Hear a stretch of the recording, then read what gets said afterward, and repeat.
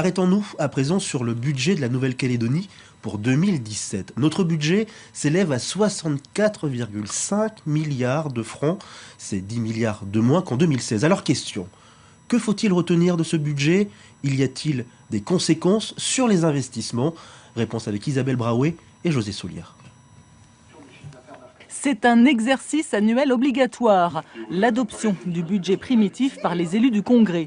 Il permet de déterminer les grandes orientations politiques au travers des financements publics. Celui de 2017 baisse de 10 milliards, soit de 13,5% par rapport à l'an dernier. Tout le monde sait que le Medipôle est dorénavant construit et même ouvert.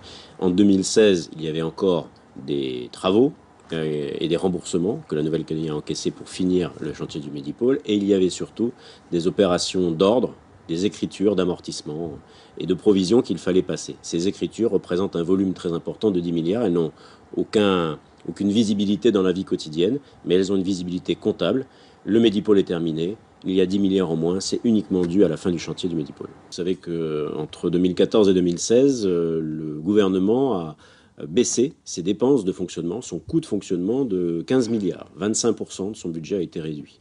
Eh bien, l'effort qui a été entrepris pour 2017, c'est de ne pas augmenter, de ne pas repartir à la hausse, de maintenir ce budget là où il est aujourd'hui, celui qui est nécessaire au fonctionnement des directions de la Nouvelle-Calédonie, des services quotidiens adressés à la population. Et donc, on a contenu ce budget, ce qui nous permet de dégager un peu plus d'argent pour injecter cet argent, comme je disais tout à l'heure, dans l'économie. Des clivages qui se sont retrouvés au niveau du vote, puisque Calédonie Ensemble et les indépendantistes ont approuvé ce budget, contrairement aux Républicains et à l'UCF.